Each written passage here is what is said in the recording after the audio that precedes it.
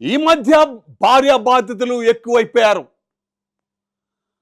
భార్య హింసిస్తూ హేళన చేస్తూ ఆ భార్య గృహహింస కట్నం వేధింపుల కోసం కేసు పెట్టింది. ఎందుకో తెలుసా? బట్టతల. భర్తకి బట్టతల వచ్చిందని అక్కడికి కొన్ని రోజులు జైలు జీవితం గడిపి వచ్చాడు. అయినా భార్య అంటే ప్రేమ, భార్య కావాలని వచ్చాడు. బట్ ఆ కఠినాత్మురాలు మారలేదు. ఈ సుమంత మార్పు రాలేదు. అదే హేళన, అదే హింస, అదే ప్రవర్తన తట్టుకోలేక ఆ భర్త ఏం చేశాడు తెలుసా?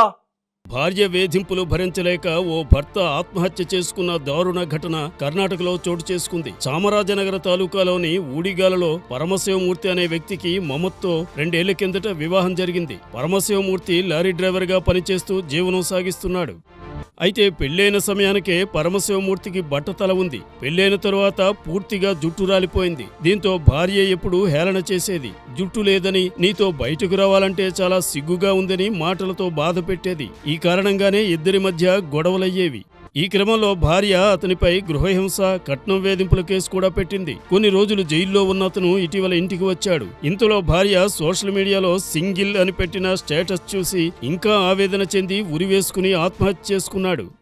భార్య ప్రవర్తన నచ్చకపోవడం వల్ల ఆత్మహత్య చేసుకుంటున్నట్లు సూసైడ్ నోట్లో రాశాడు. విషయం తెలుసుకున్న పోలీసులు వెంటనే అక్కడికి చేరుకుని ఈ ఘటనపై కేసు నమోదు చేసి దర్యాప్తు చేపట్టారు.